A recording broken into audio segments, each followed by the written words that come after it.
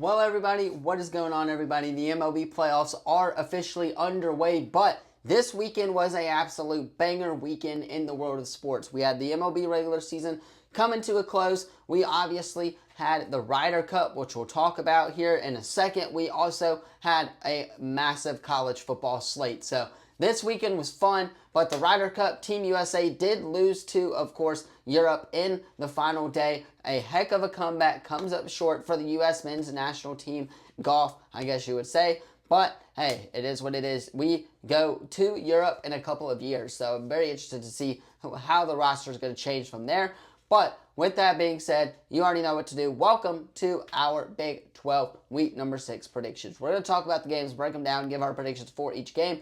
But first, if you are new to the channel, you already know what to do. Leave a like, subscribe, turn that bell on, as we do our best to post on this channel every single day. The final video of the day will be, of course, our NFL Week Number 4 reaction. So stay tuned for that. Hit that sub button, leave a comment down below so you don't miss out on any of the latest videos. And without further ado, let us go ahead and talk about these Big 12 games this weekend.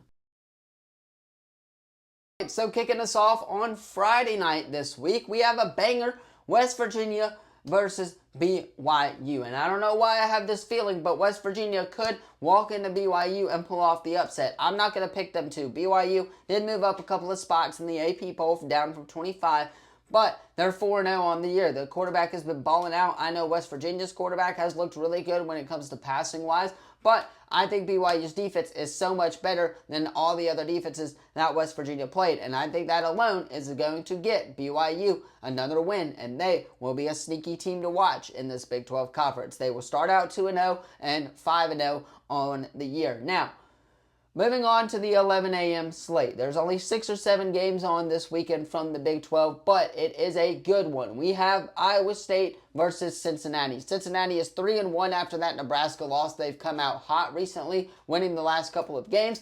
Iowa State, they're on a roll right now as well. They're 5-0. 2-0 in Big 12 conference play. I expect this game to be a shootout, guys. I expect this one to be a high-scoring matchup. The over-under is, of course, 53.5 points-wise. Obviously, Cincinnati is favored at 1.5, which is very shocking to me. I'm going to go with Iowa State here because they are by far the better team. Their offense should light up this Cincinnati defense. I think if their defense can get one stop or two on this Cincinnati offense, then they can get the job done. Give me Becht and, of course, that Iowa State offense to get the job done on the road in Cincinnati. Now, moving on to our Big 12 ESPN Plus game, and I don't really know why this game is on ESPN Plus because it is a crime. This one's going to be a fun one. Kansas State versus Baylor. Sawyer Robertson been balling out recently. 17 touchdown passes on the year. 3 interceptions only on the year for him. However, Avery Johnson, on the other hand, has been struggling. He struggled in that doubling game against Iowa State. He has been struggling the past couple of weeks. They're only 2-3 guys on the season. I know they've only played 5 games, and they're 1-1 in Big 12 play, but that loss to Iowa State in Week 0 is massive, which is why I'm going to go with Baylor to get the job done. I think they are by far the better team. I think they have the better defense, and I think they can be able to contain Avery Johnson. I think that if you just put a little bit of pressure on the dude, then he is going to fall flat on his face. I think that Baylor having the better quarterback in Sawyer Robertson is going to help them a lot, and I think that they will get the job done to improve their record to 4-2 on the year and 2-1 in Big 12 conference play. Moving on to the next matchup in the Big 12, we got Oklahoma State going into Arizona. This one is going to be massive. I feel like Oklahoma State can get the job done. With the amount of points that they put up this past weekend with Mike Gundy being fired, just shows what their offense is capable of, right? Obviously, somebody's got to tap into that potential, but it's definitely doable. Now, do I think they're going to do it in this game against Arizona, whose defense is okay at best? Maybe, but probably not, right? It's probably going to take them a few games, maybe the entire season to get going like that, but Arizona State definitely should not be overlooking this one. I think Flitza, the quarterback for Arizona, has been playing at an incredible pace right now. 8 touchdowns, 2 interceptions, almost 1,000 yards through 4 weeks of play. They're 3-1. They did lose their first game, 0-1 in the Big 12, but they lost to a really talented team. So with that being said, Give me Arizona to bounce back. They will get the job done at home against Oklahoma State in that matchup. Now, this one is going to be a banger of a matchup in the nightcap in the Big 12. 6 o'clock, ESPN. Gonna be a fun one. May actually watch this one more than I watched the Florida State and Miami game. Texas Tech going into Houston. Both offenses are insanely good. Obviously, the quarterback for Houston, Wigman, balled out last week, 4 touchdown passes. The quarterback, Morton, for Texas Tech has been balling out. 1,000 plus passing yards right now. 3 interceptions thrown on the year. 11 touchdowns is his stat line.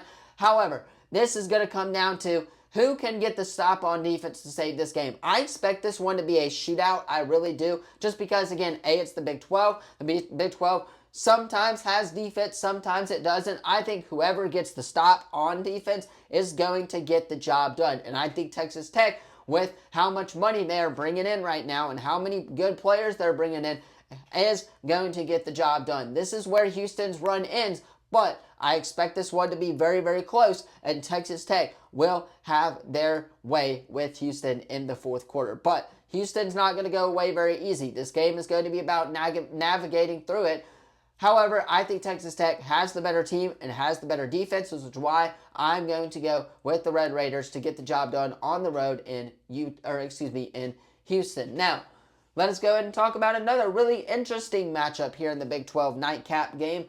Colorado at TCU. We all know Colorado coming off of a loss. They're not as hyped as they were last year. TCU, on the other hand, they are coming off a loss as well to Arizona State. And Josh Hoover played really well up until that final drive where he just fumbled for whatever reason. But I think he's by far the better quarterback, and I think TCU wins this one by a landslide, and TCU moves on to 4-1 on the year and 1-1 in Big 12 conference play.